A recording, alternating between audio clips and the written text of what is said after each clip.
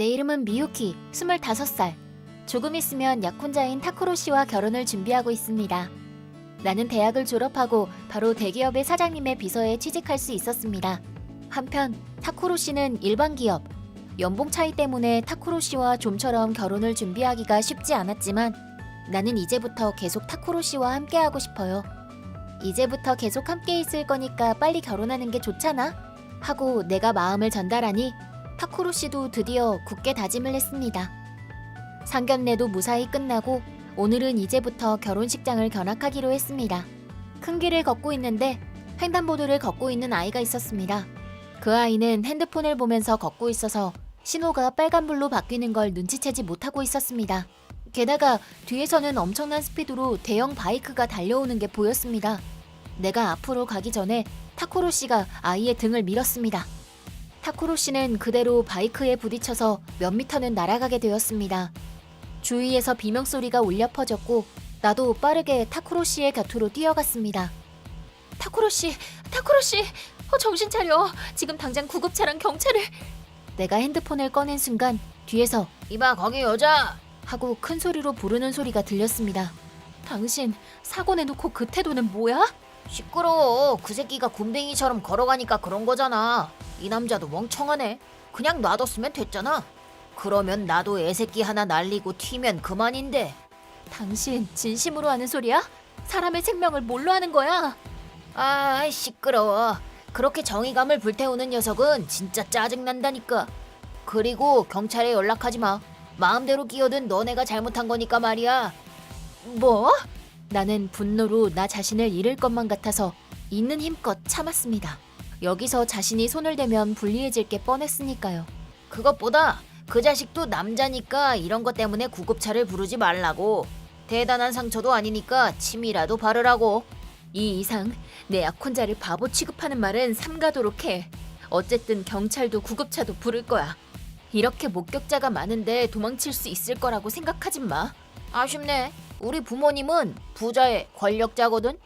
이런 아무것도 아닌 일은 쥐도 새도 모르게 아무 일도 없었던 것처럼 해준다고. 젠장. 나는 지금부터 동아리 애들이랑 라이브 갈 예정이었는데 재수도 없지. 바이크에 흠집 났거나 피라도 묻었으면 손해배상 청구할 거다. 그렇게 내뱉고는 남자는 시침이 뗀 표정으로 바이크를 타고 도주했습니다. 목격자들 중 누군가가 이미 경찰과 구급차를 불러주었습니다. 얼마 지나지 않아 둘 다 도착했습니다. 저기 지금 있었던 일 동영상으로 찍어뒀으니까 괜찮으면 보내드릴게요. 감사합니다. 지금 시대에 이렇게 화려하게 해놓고 증거 없이 도망칠 수 있을 거라고 생각하는 이 남자는 상당히 위험합니다. 경찰도 사정 청취를 하는 도중에 점점 의아한 표정이 되었고 그 자식 늦던 빠르던 어떻게든 체포될 겁니다. 믿을 수가 없네요. 하고 내뱉었습니다. 타쿠로 씨는 도착한 구급차로 바로 대학병원으로 이송되었습니다. 경찰의 사정 청취를 끝내고 나도 서둘러서 병원으로 갔습니다. 이미 타쿠로 씨의 부모님이 도착해 계셔서 나는 마음속 깊이 사과를 드렸습니다. 이렇게 돼버려서 정말 너무 죄송합니다. 아니 자네는 아무것도 잘못하지 않았네. 오히려 아들은 반사적으로 사람을 구하려고 하니까. 이런 위험한 일이 예전부터 자주 있었다네. 그래요. 같이 있어준 덕분에 이렇게 빨리 병원으로 올 수 있었으니까요. 이제부터 타쿠로를 잘 부탁해요. 상냥한 부모님의 말씀에 나도 모르게 눈물이 나왔습니다. 그랬더니 곧이어 타쿠로 씨가 천천히 눈을 떴습니다. 미유키 아버지, 어머니도. 타쿠로 씨! 아, 다행이다. 타쿠로 씨. 아, 그 애는 괜찮아? 응, 타쿠로 씨 덕분에 다친 곳 없이 무사히 부모님한테 돌려보냈어. 아, 다행이다. 다행이라니. 이번에는 둘 다 무사히 끝났지만 타쿠로는 위험천만하기 짝이 없어. 이제부터 미유키의 남편이 되는 거라고. 좀 더 자신을 소중히 하도록 해. 아버지, 그렇네. 미안. 그런데 나도 모르게 몸이 움직여버렸어. 그게 타쿠로 씨의 좋은 점이라는 건 이미 알고 있어. 이제부터는 내가 타쿠로 씨를 도울 거야. 고마워, 미유키. 하지만 나 때문에 결혼식이 미뤄지게 돼서 미안해. 괜찮아, 말했잖아. 어차피 계속 함께 할 거니까. 잠깐 정도는 아무렇지 않아. 오늘 일로 다시금 타쿠로 씨와 함께 있고 싶다는 생각이 강하게 들었습니다. 그렇기 때문에 최선을 다해서 타쿠로 씨를 지탱하기 위한 결심을 했고 사장님에게 이 사정을 설명드리고 일이 끝나면 바로 병원으로 향하는 나날을 보내고 있었습니다. 검사 결과 타쿠로 씨는 왼쪽 다리의 골절과 전신 타박상으로 전치 2개월이라고 했습니다. 크게 다친 게 아니어서 다행인 건 아니었지만 생명에 지장이 없는 게 무엇보다도 다행이었습니다. 사건이 있고 이틀 후 경찰로부터 범인을 체포했다는 연락이 왔고 나는 바로 경찰서로 향했습니다. 저 남자가 틀림없습니까?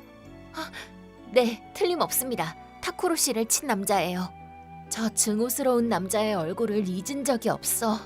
경찰에는 사고 당시의 영상도 데이터로 제출했었고 바이크에 묻은 혈흔 같은 것처럼 지워지지 않는 증거가 많았기에 체포는 아무 탈 없이 진행되었습니다. 남자의 이름은 나이트, 22살 학생으로 사고 후에도 시침이 뗀 표정으로 동아리 애들과 라이브에 참가한 모양이었습니다. 체포당했을 때는 내가 아니야. 내가 그 가난뱅이들한테 당한 거라고. 라고 하며 마구 소리쳤다고 합니다. 뭐랄까? 이름도 아쉽지만 속도 아쉽달까? 아니, 이름은 죄가 없나? 나이트라는 건 사람을 지킨다든지 분명히 부모님도 그런 생각을 했을 거고 하지만 아주 훌륭하게 이름과는 다른 성격으로 자랐고 불쌍할 지경이었습니다. 타쿠로 씨, 범인을 잡았어. 정말 다행이다. 이걸로 그 애도 안심하고 생활할 수 있겠네. 그건 타쿠로 씨도 마찬가지잖아. 지금부터 병문안 갈 건데 뭐 필요한 거 있어? 그럼 샤인머스켓이 좋아. 한 손으로 먹을 수 있고 맛있고. 오케이, 기다려.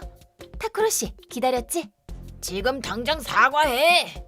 병실 너머로 들리는 큰 소리에 나는 놀라서 바로 병실 안으로 들어갔습니다. 그러니까 저는 사고의 피해자고 가해자 측인 당신들에게 사과를 드리지는 않을 겁니다. 그러니까 너네가 우리 아들을 함정에 빠뜨린 거잖아. 너에 관해서는 조사했다. 중소기업에 다니는 젊은 놈이잖아. 돈이 급해서 위자료 청구라도 하려고 그런 게 틀림없어. 잠깐만요. 무슨 일이시죠? 이쪽은 이번 사고 범인의 부모님이신 것 같아. 뭐? 엄청나게 무서운 얼굴로 이쪽을 노려보는 부부. 격노한 기운이 이쪽에서도 느껴지는 것 같은데 그 분노는 너무나도 엉뚱한 것이었습니다.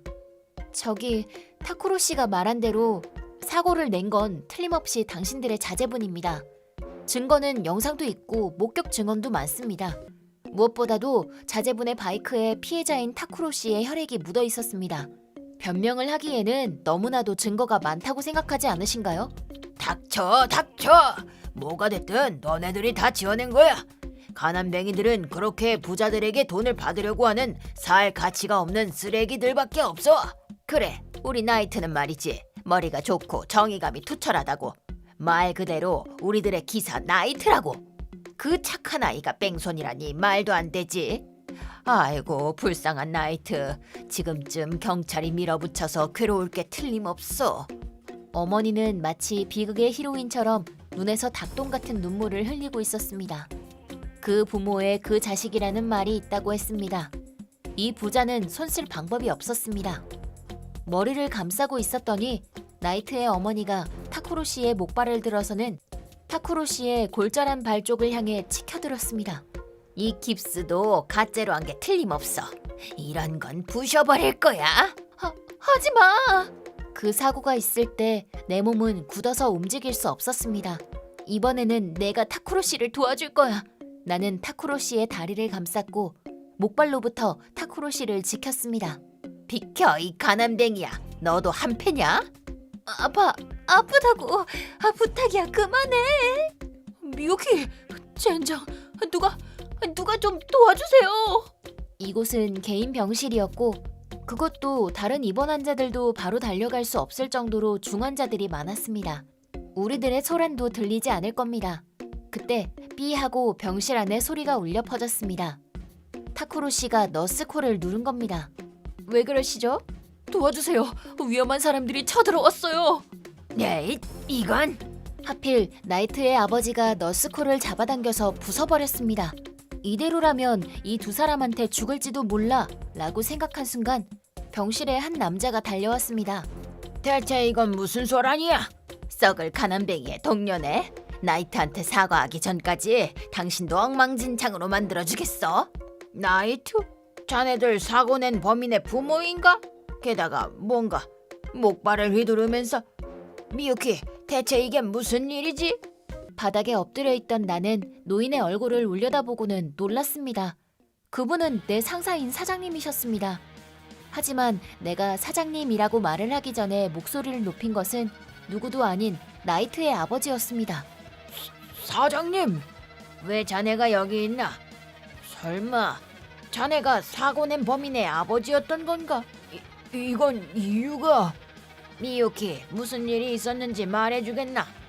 이 사람들은 타쿠로 씨가 위자료를 얻어내기 위해서 사고로 위장했다고 하면서 사죄하라고 하더니 목발로 타쿠로 씨의 다친 발을 때리려고.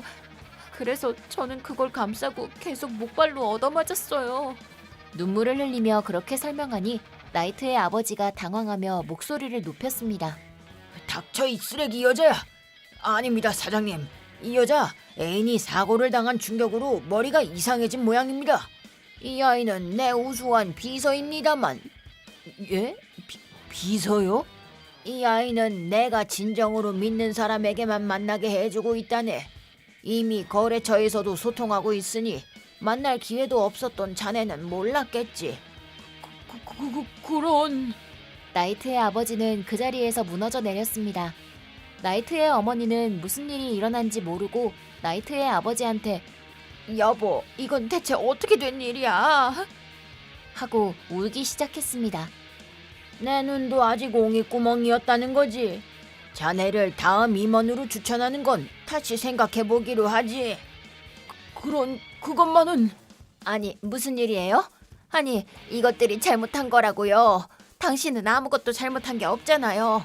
이 사장이라는 사람 어떻게 된 거 아닌가요? 입 다물어. 처음부터 네가 쳐들어가자고 말하지 않았다면 이런 일은 없었어. 사장님, 저는 이 바보 같은 아내한테 속은 것뿐입니다. 부디 자비를 베풀어 주세요. 뭐야, 당신도 즐겼잖아요. 시끄러워. 지금 출세 코스에서 빠지게 되면 집 대출도 차 대출금도 지불할 수 없게 된다고. 생활도 힘들어질 거라고? 그걸 모르는 거냐? 나이트의 부모는 꼴사납게 다투기 시작했습니다. 사장님은 질린 표정으로 그들을 보고 있었습니다. 자네한테는 실망했네. 오늘로 자네를 해고하고 싶은 마음이 크다만. 그것만은 봐주십시오. 부탁드려요. 살려주세요. 자네를 해고하면 미유키네가 받아야 하는 위자료를 받지 못하게 될 테니까 내일부터 내가 지정한 장소로 출근하도록 하게. 하루라도 게으름 피우면 어떻게 될지 알고는 있겠지. 네. 그 후 나이트의 부모는 병원에서 부른 경찰에게 연행당했습니다. 명예훼손, 폭행죄 등으로 기소되었다고 나중에 사장님에게 들었습니다. 저기 사장님, 이번에 미유키를 도와주셔서 정말 감사드립니다. 아니, 감사를 해야 하는 건 이쪽이라네. 자네가 구해준 아이는 내 손자거든. 네?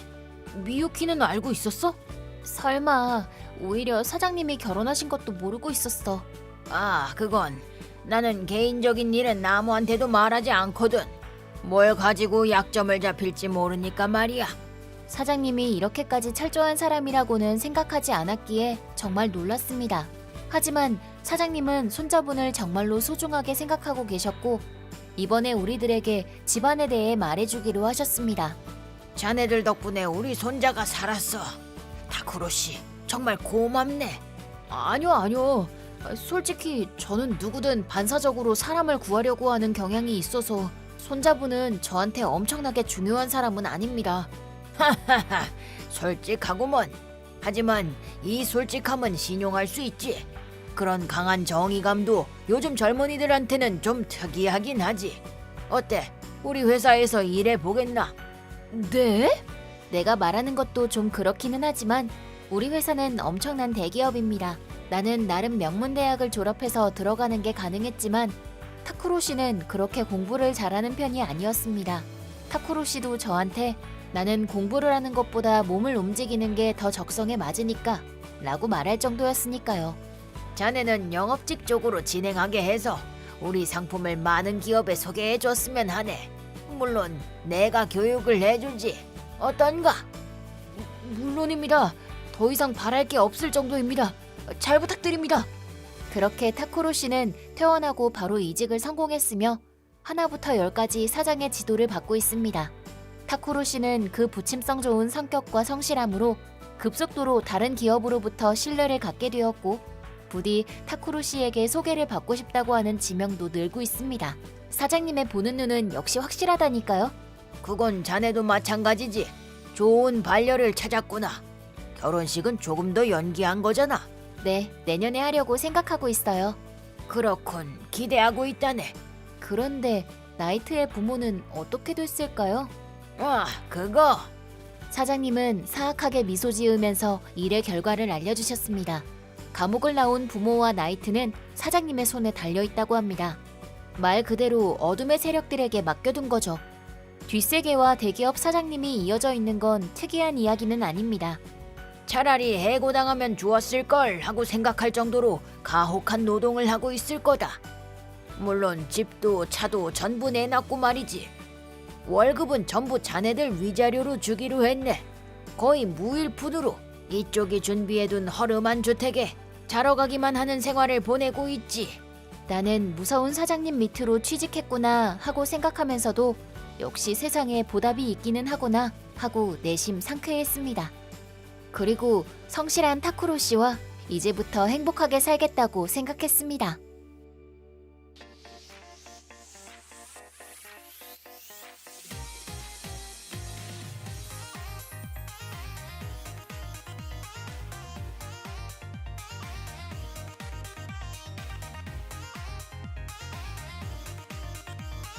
내 이름은 우부 나오토, 고등학교 2학년. 솔직히 지금 반을 좋아하진 않아요. 그 이유는 반 친구인 야마카시 레나 때문이죠. 자신감 넘치고 예뻐서 겉보기에는 인기가 많아 보이지만 사실은 왕따 주동자라는 걸 다들 알고 있어요. 레나는 보통 같은 여자애들을 괴롭혀서 남자들이 피해를 입을 일은 없지만 그래도 바람직한 일은 절대 아니죠. 남자들이 말리려고 하면 남자가 껴들 일 아니거든?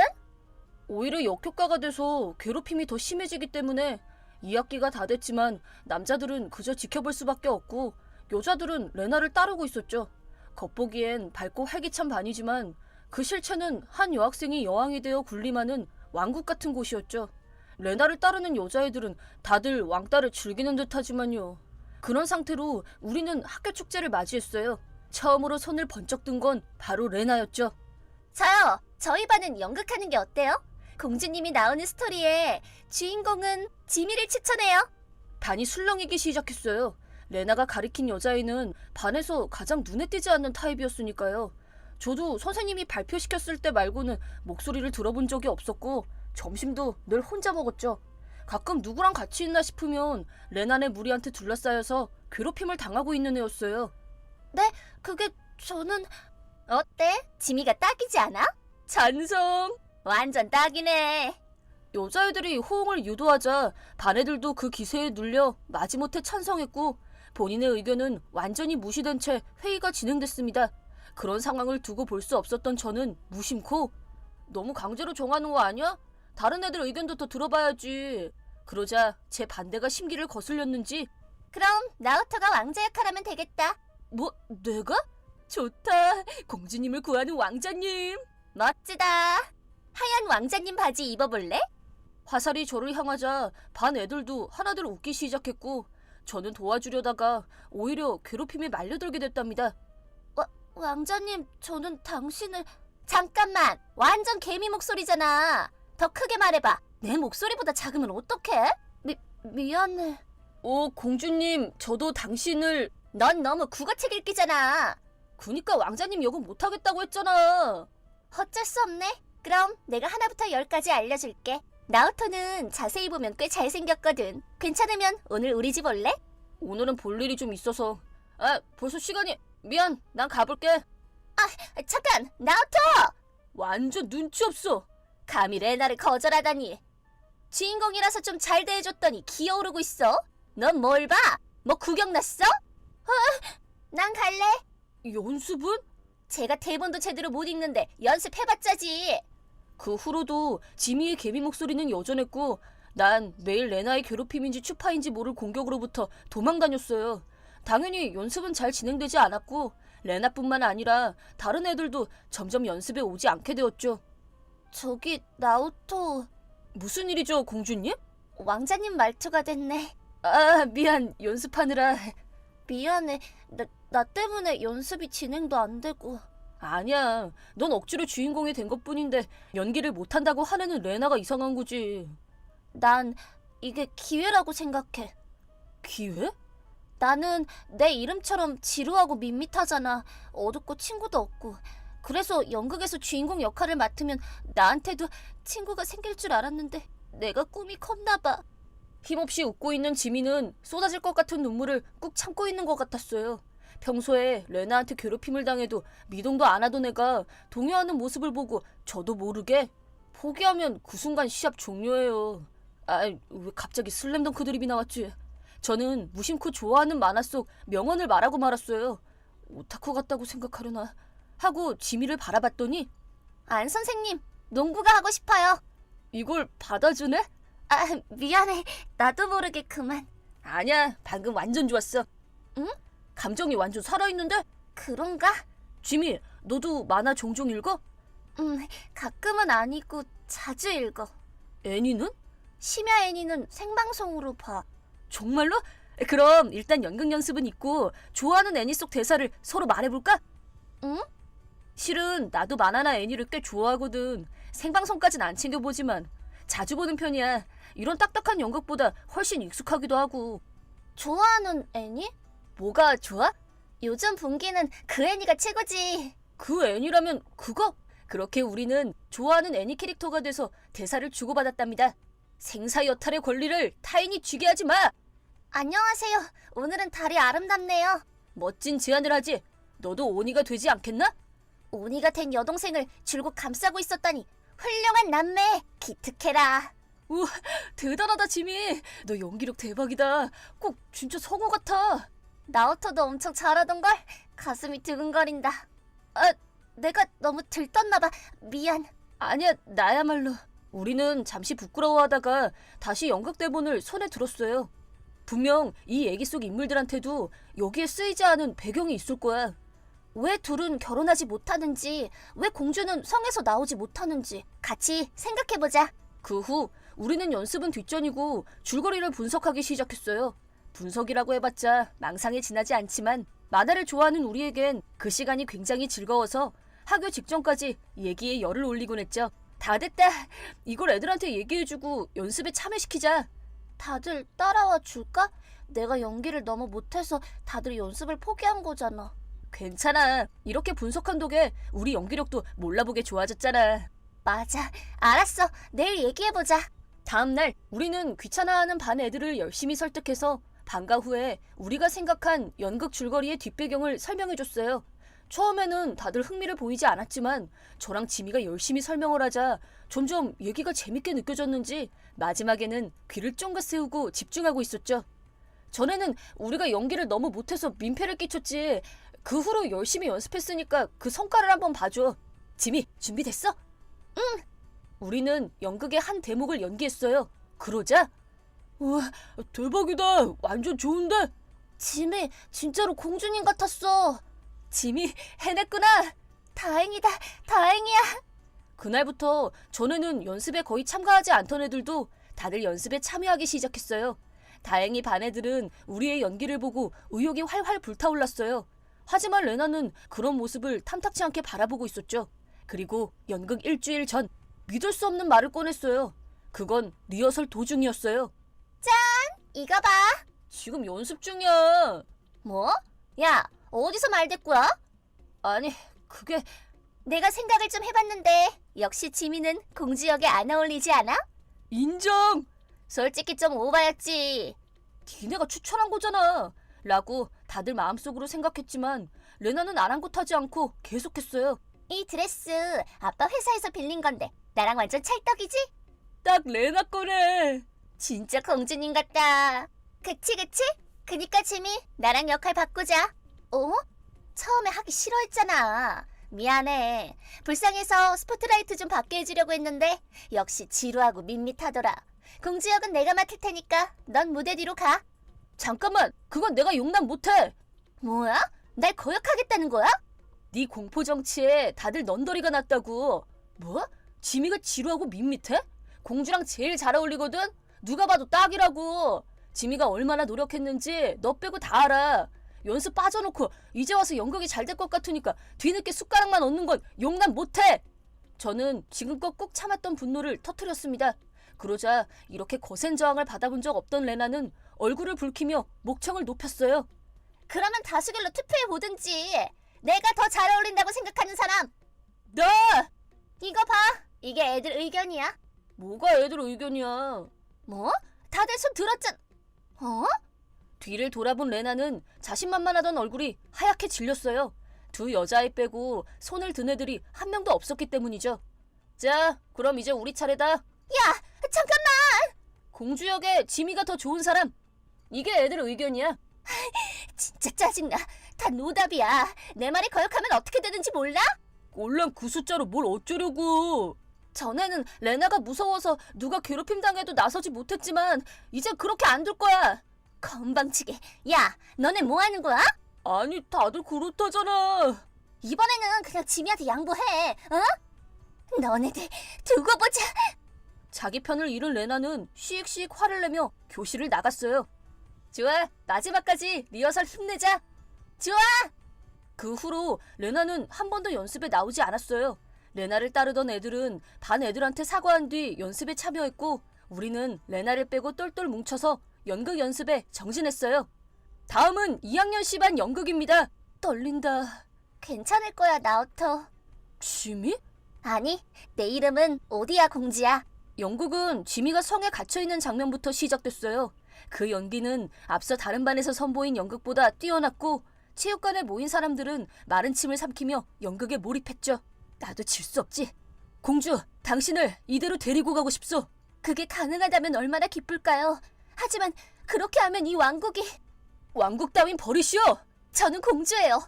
이 나라를 사랑하죠. 당신을 사랑하는 것과 똑같이요. 연극은 절정에 치달았고 관객 속에서는 울음소리가 들려왔어요. 앞으로 남은 시간은 10분. 모두가 연극의 성공을 확신하던 그때였어요. 뭐 하려는 거지? 수상한 자다. 에잇, 받아라. 그 순간 난데없이 무대에 난입한 레나가 대본에 없는 행동을 한 것입니다. 그동안 한 번도 나오지 않았던 레나의 등장에 관객들도 당황했어요. 레나는 연극을 망치러 온 게 분명했죠. 이 자식! 기다려요, 왕자님. 화를 못 참고 발끈한 저를 지미가 제지했어요. 아니, 그 모습은 지미가 아니라 이제 다 망했어. 꼴 좋다. 당신은 한 여자. 이렇게까지 날 생각해줄 줄은 몰랐어요. 어? 뭐라고? 그러자 그 순간 오디아 공주가 원수인 레나를 꼭 안아줬어요. 말하지 않아도 다 알아요. 하지만 못 본 척 해주세요. 이렇게 부탁할게요, 한 여자. 전 그때서야 지미가 연극을 포기하지 않았단 걸 깨달았어요. 공주, 다음에 또 오겠소. 하지만 잊지 마시오. 난 결코 당신을 포기하지 않소. 잠깐! 한 여자! 네? 두 번은 말 안 해요. 이만 방을 나가주세요. 하지만 어서! 왜 이렇게 되는 거야? 사랑하오, 공주. 저도 사랑해요, 왕자님. 도중에 문제가 생겼지만 저희는 마지막까지 포기하지 않았고 연극은 대성공을 거뒀답니다. 짜증나. 가만 안 둬. 지미 쟤는 괴롭혀서 퇴학시켜줄 거야. 그렇게는 안 되지. 저와 반 애들은 모두 레나를 둘러쌌어요. 다들 최선을 다해 준비한 연극을 망칠 뻔한 레나의 독단에 화가 단단히 났거든요. 어? 니네 뭐 하는 거야? 그건 우리가 할 말이야. 진짜 연극을 망치려 하다니. 지미의 임기응변이 없었다면 큰일 날 뻔했어. 폭삭 망했어야 했는데 니네 다 망신 주려고 했다고. 그래? 레나 너 나오라는 연습은 안 나오고 그런 생각이나 했구나. 선생님! 자세한 얘기는 교무실에서 듣지. 가자. 싫어요. 난 잘못 없어요. 잘못 없다고. 이거 나. 그 후 교무실에 불려간 레나는 이번 일을 계기로 여태까지 저지른 악행이 드러나서 눈물 쏙 빠지게 혼난 후에 정학 처분을 받게 됐답니다. 며칠 뒤 학교로 돌아왔지만 자기 편은 아무도 없었고 왕자에서 굴러떨어진 레나는 우울한 얼굴로 학교에 나오지 않게 됐죠. 솔직하게 사과할 마음만 있었다면 이렇게까지 되지는 않았겠지만 귀차는 이미 떠난 뒤였어요. 참고로 저는 수고 많았어. 연극 잘 돼서 다행이다. 고마워. 덕분에 애들이랑 친해졌어. 축제 후로 지미 곁에는 자연스럽게 애들이 모이게 됐어요. 어쩐지 조금 외롭다는 생각이 들었는데 근데 애니 얘기가 통하는 친구가 없어서 괜찮다면 또 얘기 나누지 않을래? 당연하지. 아주 조금 가슴이 두근거리고 말았답니다.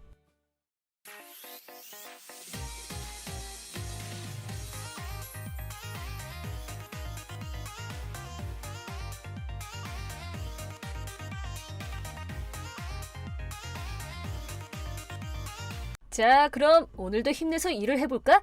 켄타, 오랜만이야. 나 TV 봤어. 진짜 대단하다. 어? 아야히, 어쩐 일이야? 3년 만에 연락을 다 하고? 내 이름은 오노 켄타.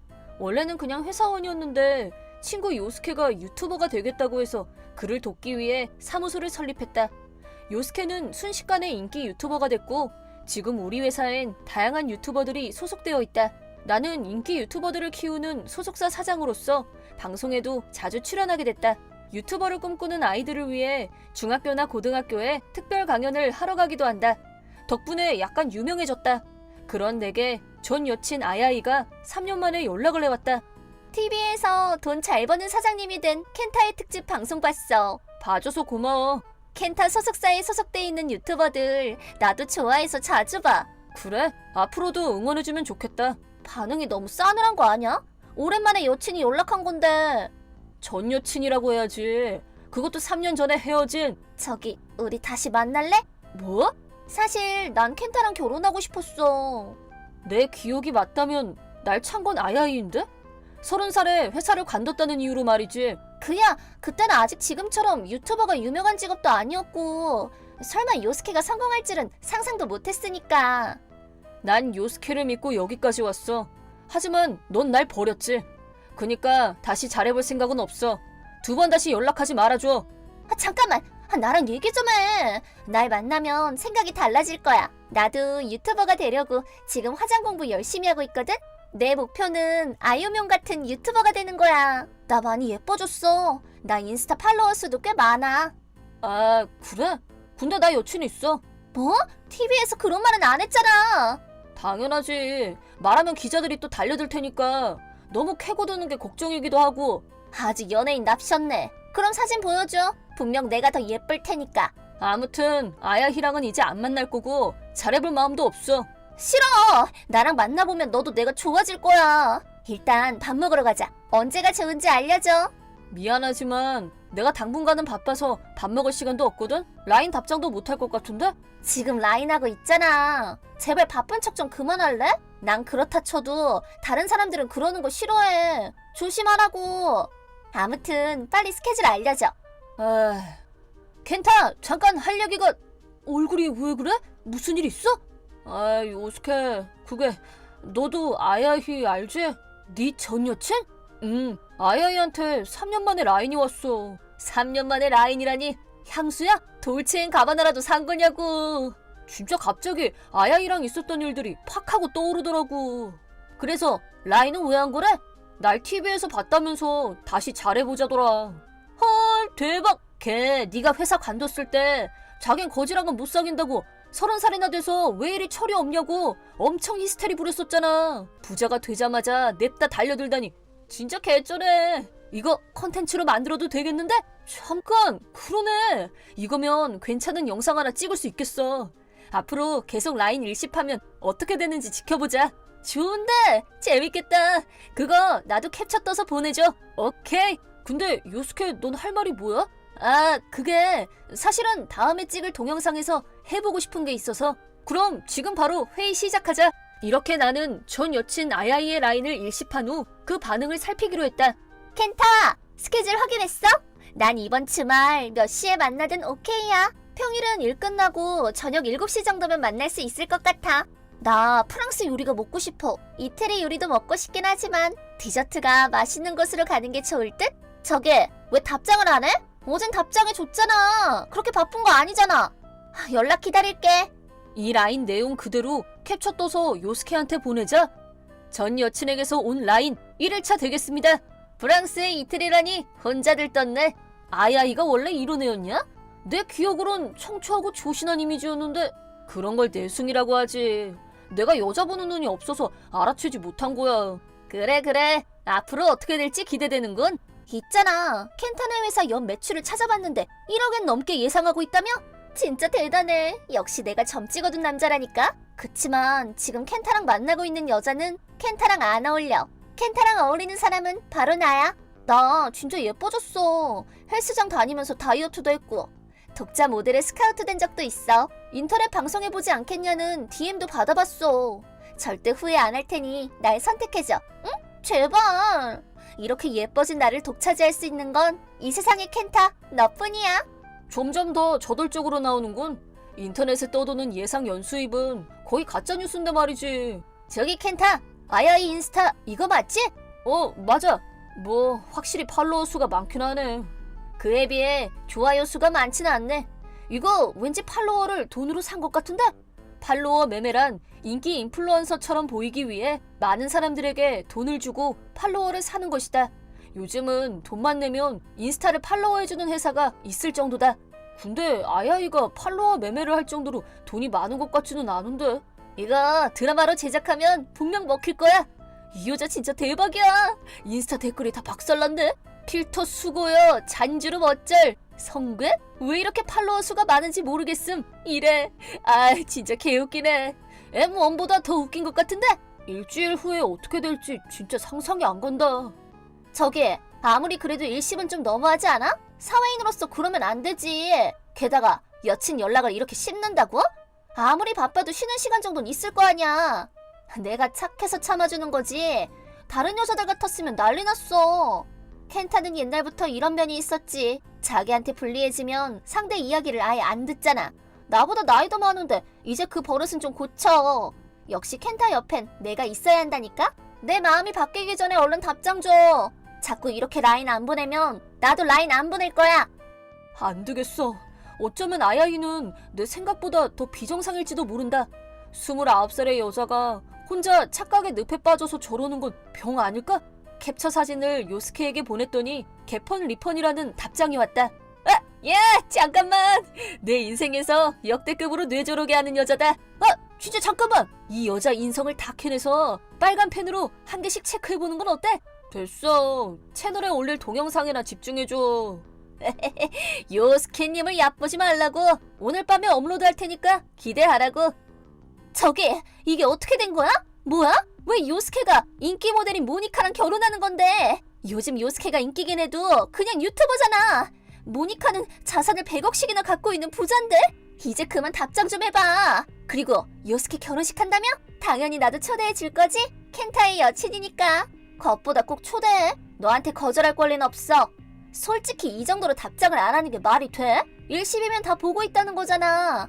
너 바보야? 일십하지 않고도 읽을 수 있는 어플도 있는데 혹시 사장이라는 것도 여친 있다는 것도 다 뻥 아니야? 넌 그냥 바지 사장이고 진짜 사장이 숨어있다거나? 너라면 그러고도 남지. 세상에, 날 속인 거야?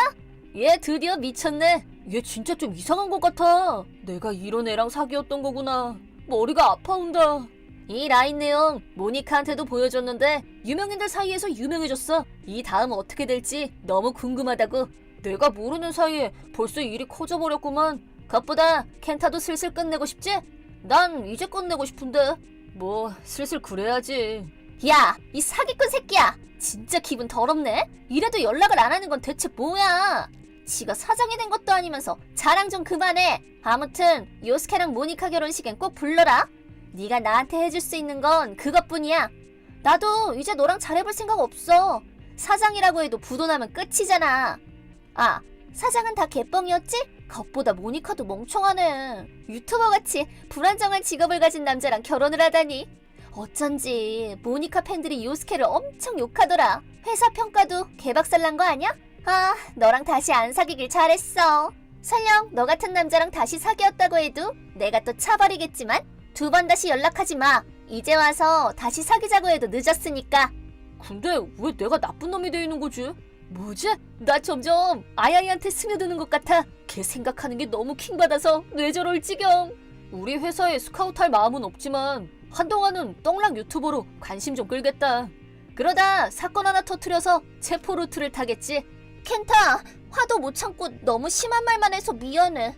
진짜 내가 어떻게 됐었나 봐. 이제 나한텐 켄타밖에 없어. 지금 사귀고 있는 사람한테 이 라인을 다 들켰는데 나보고 헤어지재. 이제 내 인생은 나락이야. 날 구해줄 사람은 켄타밖에 없어. 제발 목소리 좀 들려줘. 부탁해. 전화 좀 받아. 야, 왜 나만 불행해하는 건데? 남친한테도 차이고 켄타는 쳐다봐주지도 않고. TV에 나온 이유가 뭐야? 날 비웃으려던 거지?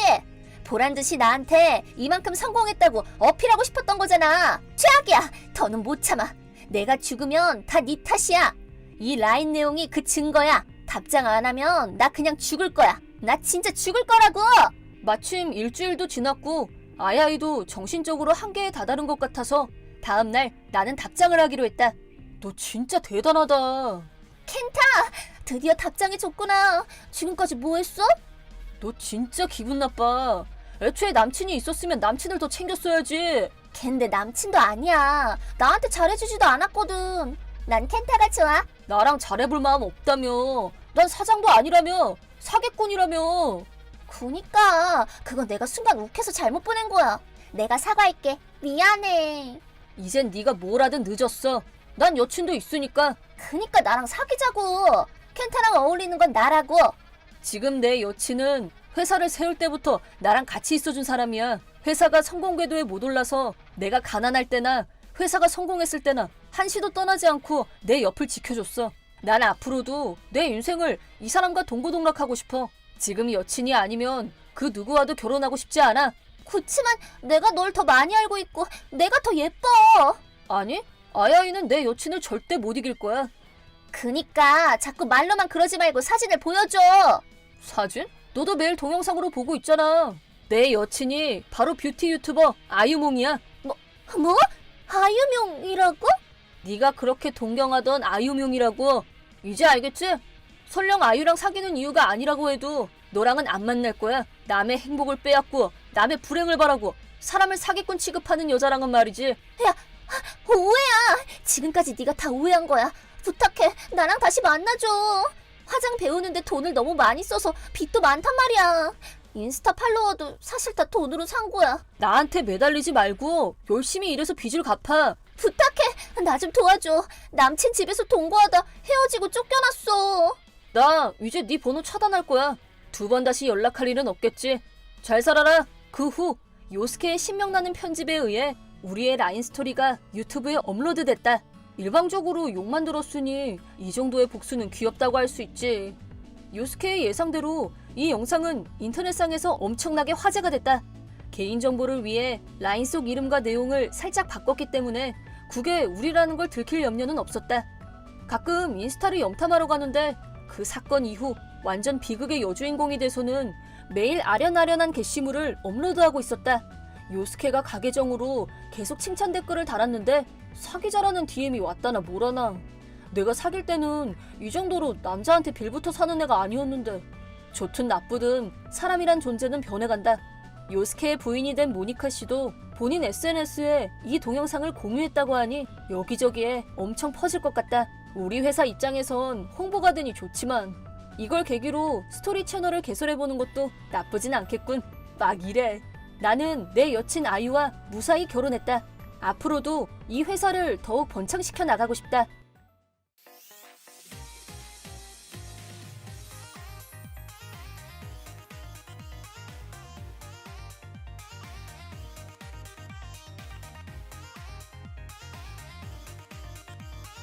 내 이름은 마스코 타카유키, 25살 공장 직원이다.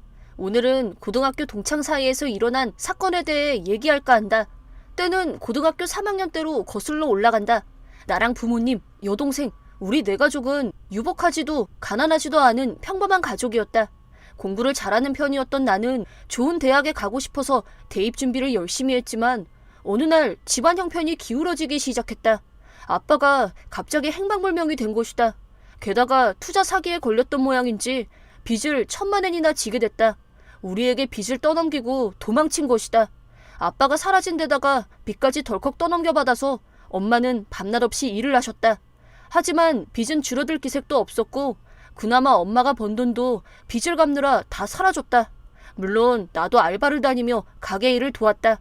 하지만 고등학생 알바비로는 택도 없었다. 가정 형편은 점점 나빠져서 전기와 수도가 끊기는 일도 종종 있었다. 그때 고작 초등학생이었던 여동생은 가정 환경의 급격한 변화에 혼란스러워했다. 가난한 형편에 동생의 미래가 걱정됐던 나는 정말 괜찮겠니?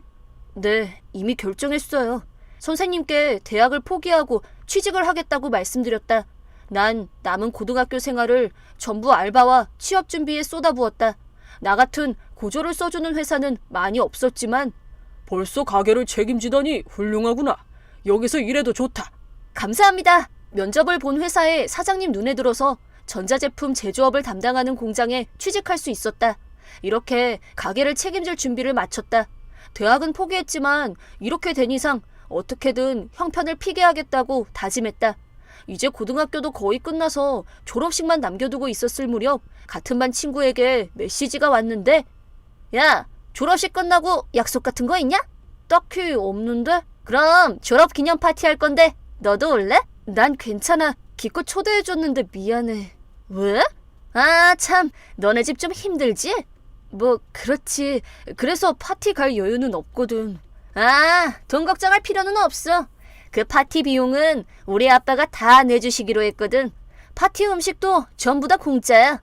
그거 굉장하다. 그치? 니네 집에서 먹어본 적 없는 거 잔뜩 있을걸? 호텔 파티룸도 통째로 빌렸거든. 그래도 마음이 불편해서 거절할게. 여동생도 있는데 나만 그렇게 좋은 걸 먹으면 미안하잖아. 가난하면 참 힘들구나.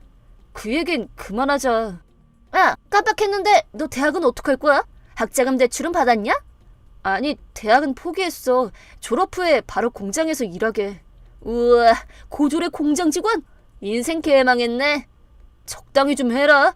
아, 미안. 아무리 사실이라도 말하면 안 될 것도 있는데 일단 넌 안 오는 걸로 알고 있는다.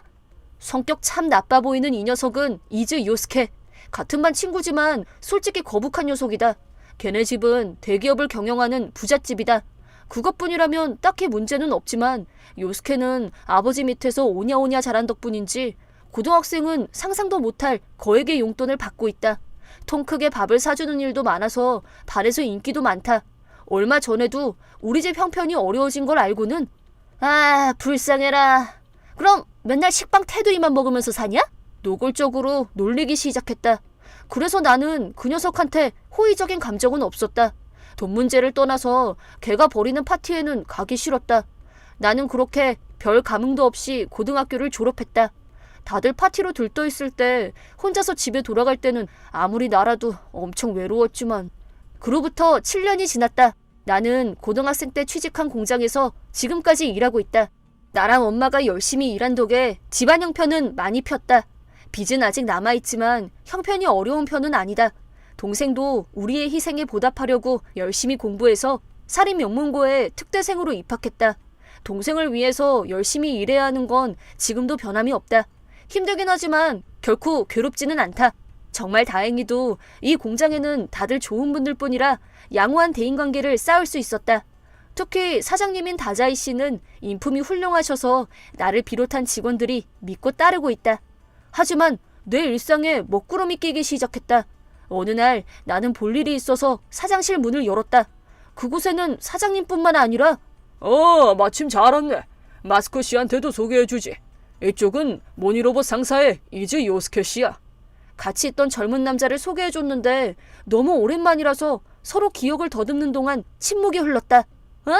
마스코구나! 이즈 맞지? 졸업하고 처음 보네. 원수는 외나무 다리에서 만난다더니 정말 그렇게 됐다. 우리 공장에 하청을 주는 모니로봇 상사는 이즈네 아버지 회사인 모양이다. 그리고 대학을 졸업하고 곧바로 아버지 회사에 입사한 후 우리 공장을 담당하게 됐다고 한다. 즉, 그 녀석의 지시를 따르며 일해야 한다는 것이다. 솔직히 불길한 예감밖에 안 든다. 설마 너랑 또다시 만날 줄이야. 세상 참 좁구나. 그러게, 너는 꽤 출세한 모양인가 봐. 그럼 벌써 이 나이에 밑에 부하도 있어. 그거 참 대단하네.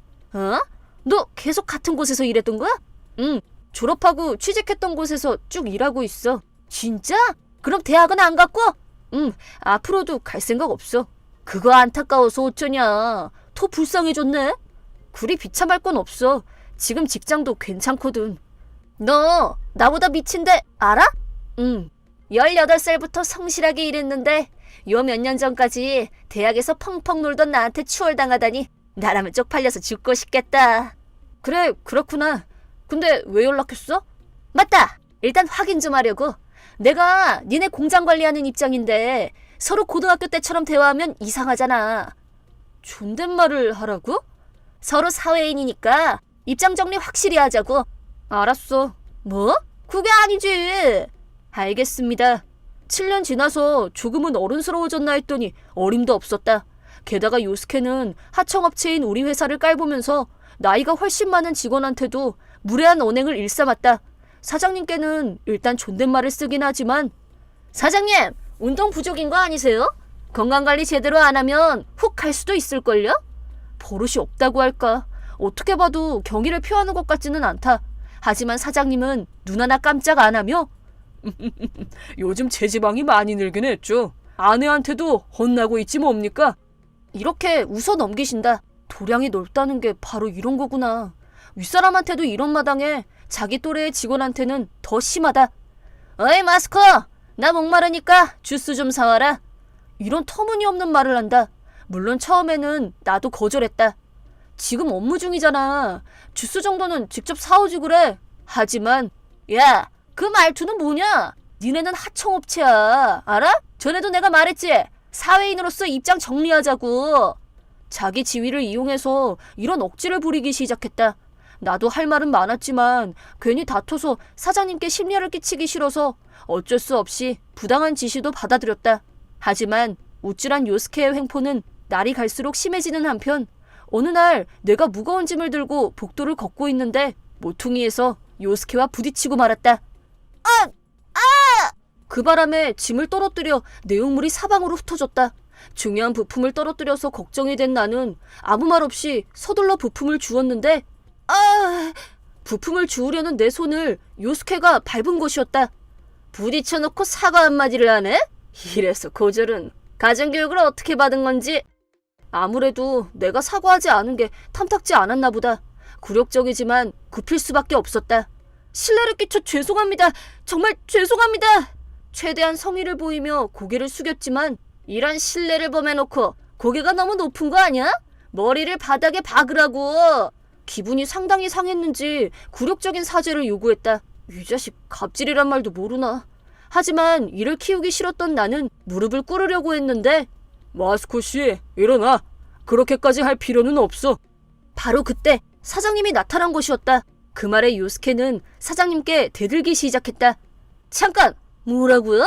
하청업체 사장한테 그럴 권한은 없는 것 같은데요? 이미 예의는 갖다 버린 지 오래다. 사장님은 차분하게 대답하셨다. 아직 젊은 친구라 너그럽게 봐줬건만 자네는 손을 넘었네. 사람 대하는 법을 더 배워야 쓰겠어. 어린 애를 타이르는 말투로 요스케에게 말했다. 그게 심기에 거슬렸는지 요스케는 입술을 부들부들 떨며 격분했다.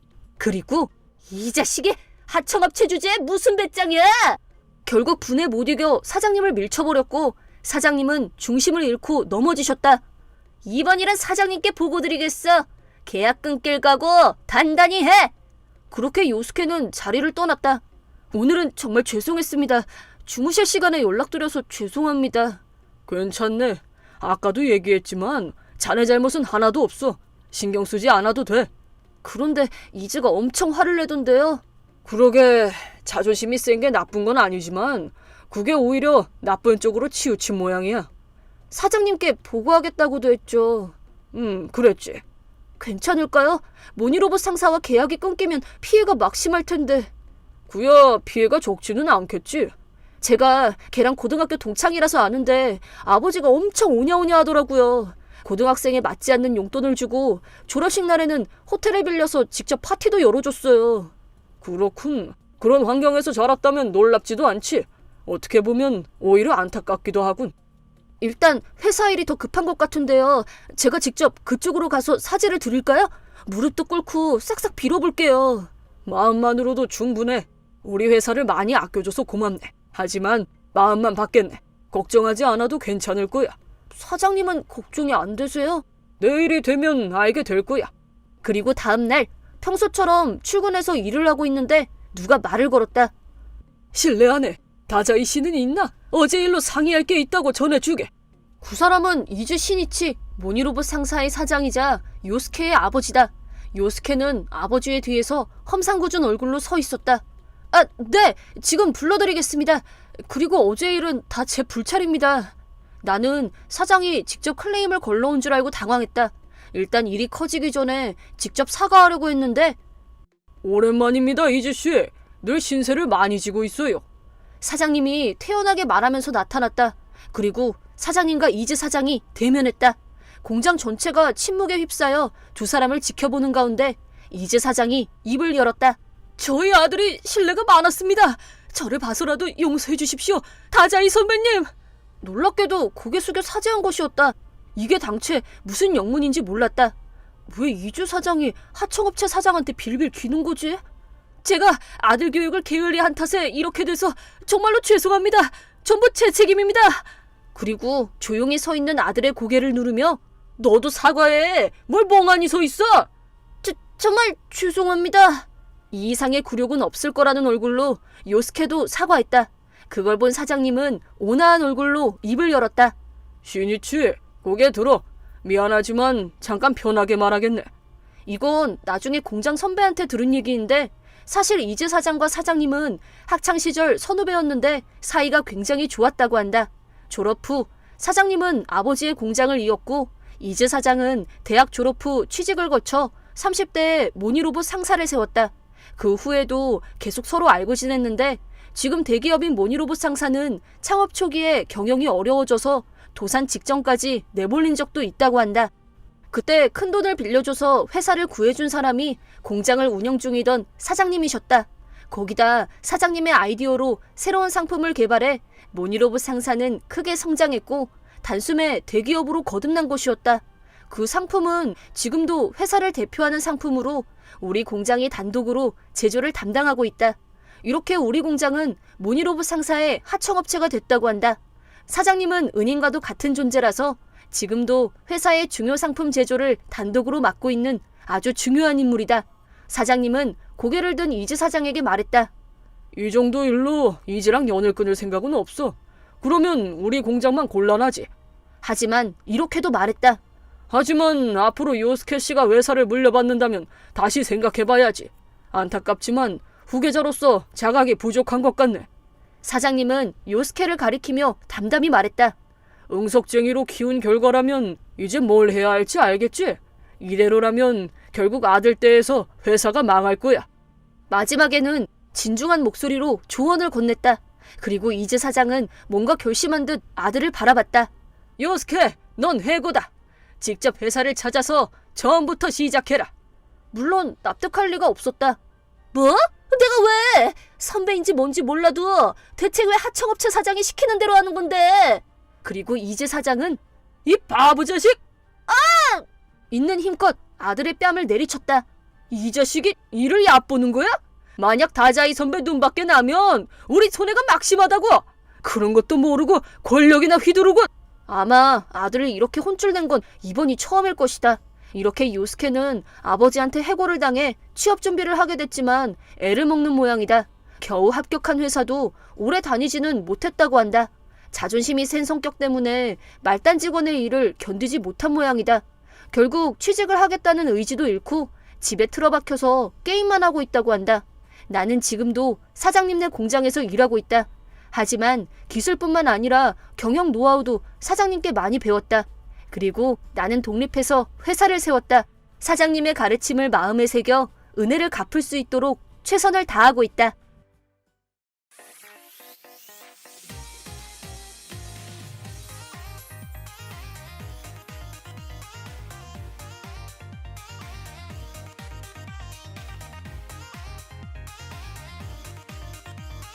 내 이름은 마에바라 히나, 32살의 회사원이다.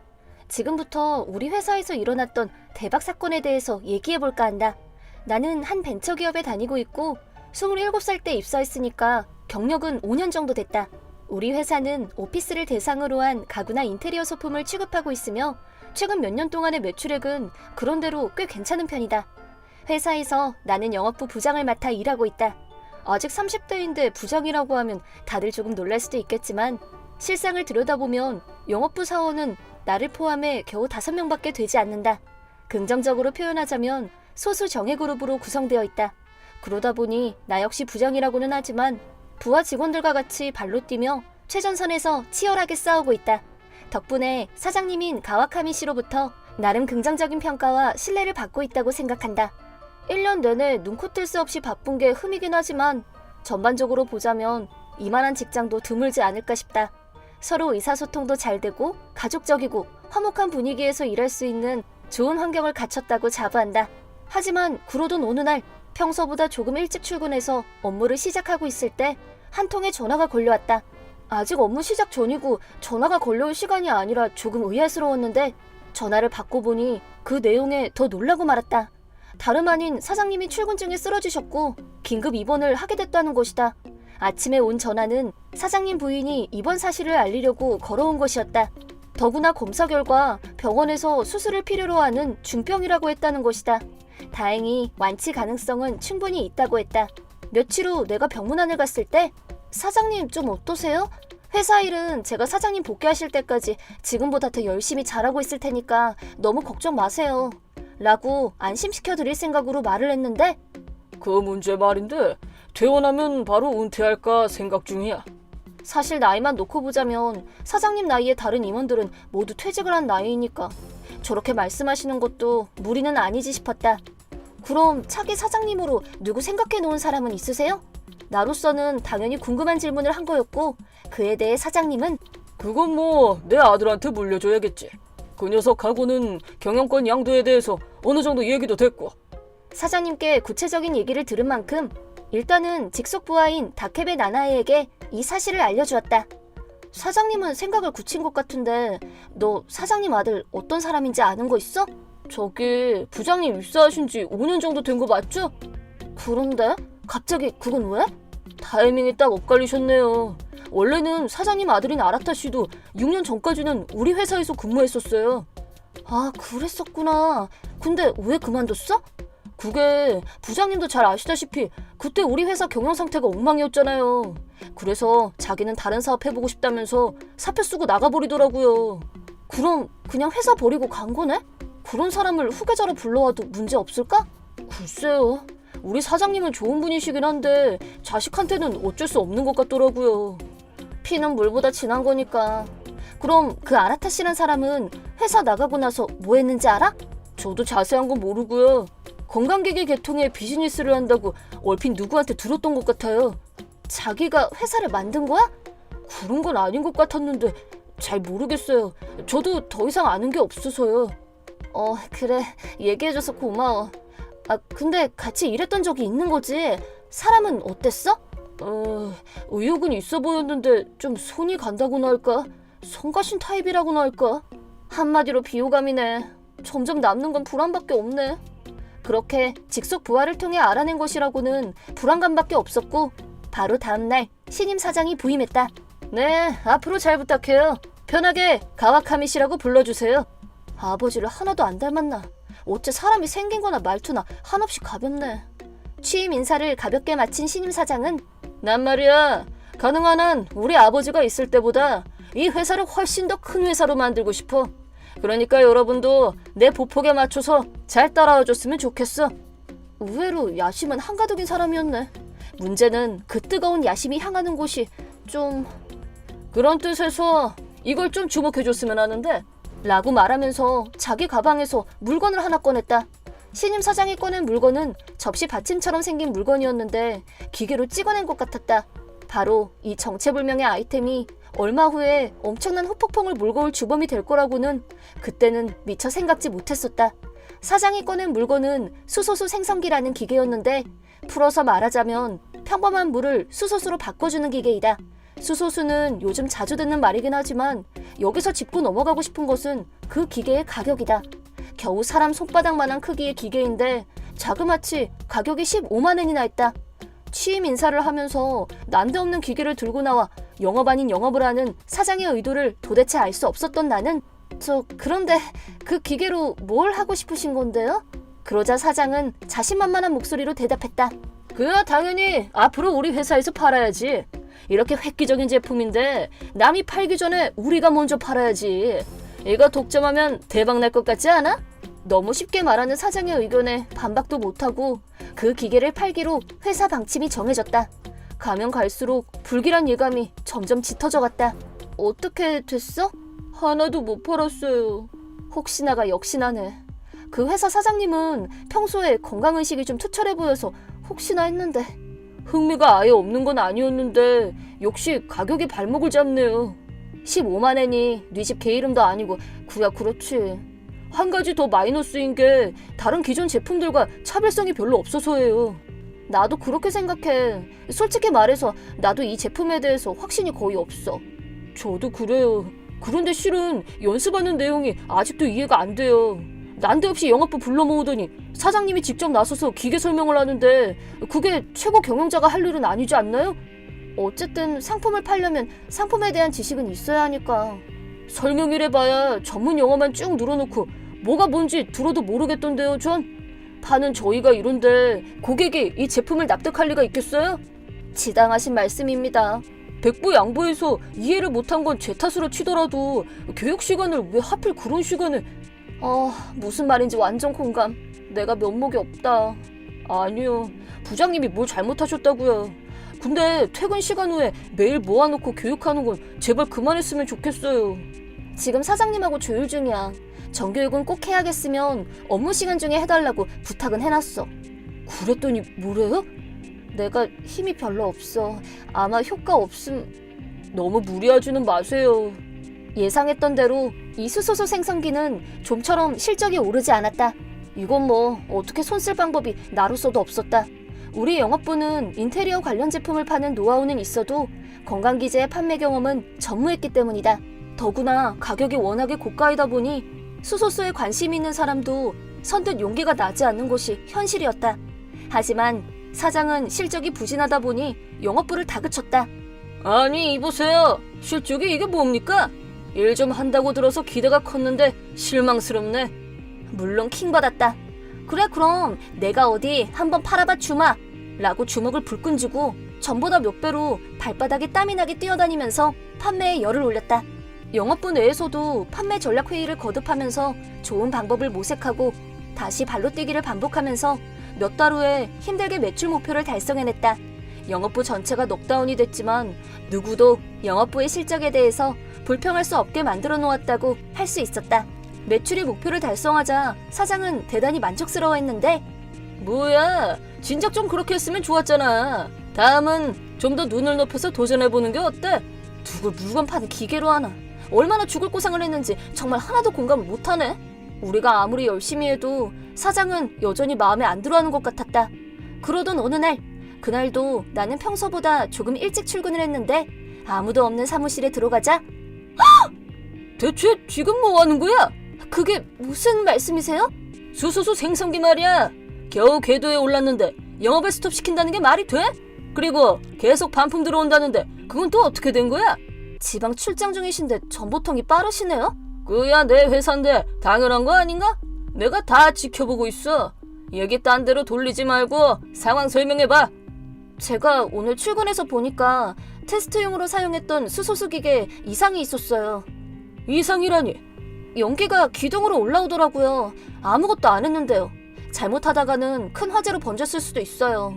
그래서 다른 제품들도 그런 문제가 있을지도 모른다는 생각에 서둘러서 고객에게 연락하고 저희 쪽에서 반품을 해달라고 부탁했고 시급을 요하는 사항이라 사장님 보고가 좀 늦어졌습니다. 사정은 이해됐는데 그래서 그게 뭐? 네? 어쩌다 우연히 그거 한 대 불량품이었던 걸 가지고 전품 회수가 말이 되냐 이 말이야. 그렇지만 아무것도 안 한 상태에서 연기가 났다고요. 만에 하나 고객회사에서 이것 때문에 화재라도 발생하면 그땐 정말 감당할 수 없게 된다고요. 심각하게 받아들일 문제라고 생각합니다. 사장 허락도 없이 마음대로 이 문제 그냥 못 넘어가니까 그런 줄 알아. 사장님이야말로 리스크 문제에 대한 인식이 너무 안일하신 것 같네요. 일단 이번 일은 돌아가서 다시 얘기해. 각오 단단히 하고 있어. 그리고 출장에서 돌아온 사장과 언성을 높이게 됐고 논쟁은 의견차를 좁히지 못하고 평행선만 달리다가 내 말을 안 들을 거면 넌 해고야. 부당하면 고소를 하던가 네 마음대로 해. 사장은 자기 감정을 참지 못하고 해고라는 칼을 빼들었다. 끝을 보자는 말씀이신가요? 나가라면 나가드리죠. 하지만 절대 번복은 없어야 할 겁니다. 해고라는 말에 머릿속에 찬물을 끼얹은 것처럼 정신이 맑아졌는지 나도 지지 않고 그렇게 대꾸했다. 번복이라니. 내가 그딴 걸 왜 해? 너 하나 빠진다고 누가 눈이나 깜빡할 것 같아? 그렇게 해서 그날로 회사를 박차고 나왔다. 사장과 그런 일이 있고 며칠 후. 어때? 반성은 좀 했어? 네? 반성도 하고 정식으로 나한테 사과할 의향이 있다면 나도 아량을 베풀 용의가 있다 이거지. 저는 반성도 안 하고요. 사죄는 더더욱 안 합니다. 저 복귀 같은 거 전혀 바라지 않으니까 신경 쓰지 않으셔도 됩니다. 성격 참 급하네. 얘기를 잘할 생각을 해야지. 그날 이후로 내가 이것저것 생각을 좀 해봤는데 내 잘못이 아주 없다고는 말할 수도 없을 것 같고 해서. 아주 없지는 않다고요? 그러니까 서로 한 발씩 양보해서 다시 새 기분으로 잘해보자. 뭐 그런 거지. 처음엔 제가 반성하고 사과를 하면 복귀시켜줄 생각이 있다.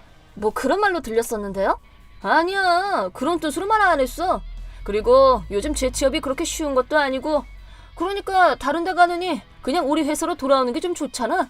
좀 솔직해지시죠. 아버지한테 야단 맞으셨죠? 저 해고한 것 때문에요. 다 알고 있었으면 솔직하게 말을 하던가. 희나 씨가 그냥 영업부장이 아니란 건 왜 숨겼어? 그게 뭐 내세우고 그럴 건 아니지 않나요?